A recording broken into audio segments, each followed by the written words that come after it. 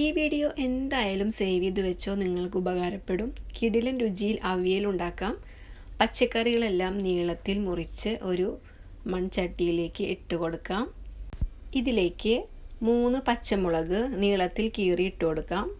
ആവശ്യത്തിനുള്ള ഉപ്പ്, 1/2 ടീസ്പൂൺ മഞ്ഞൾപ്പൊടി, 1/2 കപ്പ് വെള്ളം എല്ലാം കൂടി ചേർത്തൊന്ന് മിക്സ് ചെയ്ത് കുറച്ച് കറിവേപ്പില കൂടി ചേർത്ത് അടച്ച് വെച്ച് വേവിച്ചെടുക്കാം.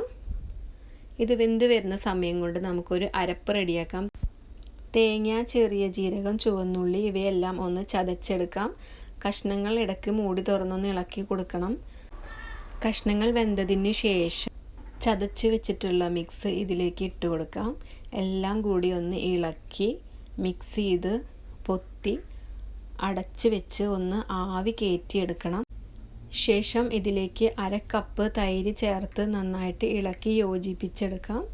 പതുക്കെ ഇളക്കണം, കഷ്ണങ്ങളൊന്നും ഉടഞ്ഞു പോകരുത്.